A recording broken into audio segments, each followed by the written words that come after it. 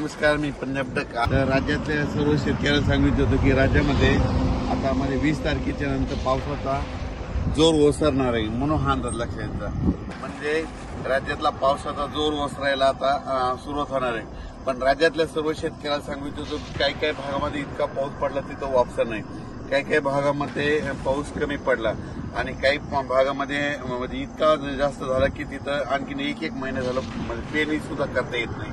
पण राज्यात मात्र सर्व शेतकऱ्यांना सांगितलं ज्यांची पेरणी झाली त्यांच्या झाल्या, ज्यांच्या राहिलं तर त्यांना जूनच्या शेवटच्या आठवड्यात एक चांगला पाऊस येणार आहे, म्हणून हा लक्षात घ्यायचा. म्हणजे 27 जूनच्या नंतर राज्यामध्ये जूनच्या शेवटच्या आठवड्यात नंतर एक मोठा पाऊस येईल. मग त्याच्यात मात्र राज्याच्या सर्व शेतकऱ्यांच्या राहिलेल्या सगळ्या पेरण्या होणार म्हणून अंदाज लक्षात घ्यायचा.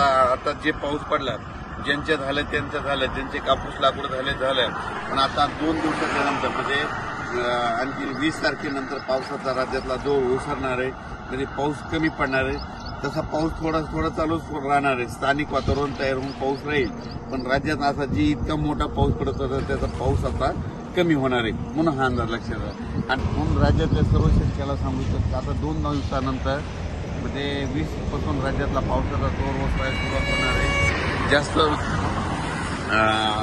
खूप काही म्हणजे आता राज्यात जास्त पडणार नाही. सरी मात्र येत राहतील. म्हणजे आणखीन 2-4 दिवस मध्ये एकदम बंद होणार नाही, पण सरी चालत राहील. भाग बदलत पडणार आहे. आता म्हणजे सर्वदूर पडणार नाही, भाग बदलत तरच पाऊस राहणार आहे, म्हणून हा अंदाज लक्षात घ्यायचा. राज्यातल्या सर्व शेतकऱ्याला सांगू इच्छितो याच्यानंतर मग पाऊस असा चांगला मोठा कधी येईल.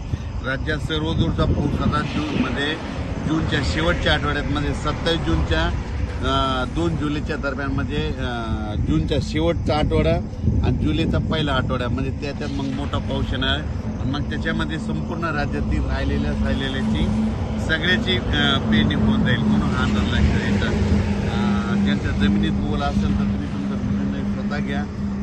ओल नसेल तर पेरणी करू नका. ज्यांच्या राहिले ते तुम्ही काय करा, नंतर जे शेवटचा पाऊस येईल त्याच्यामध्ये तुम्ही करू शकता. धन्यवाद.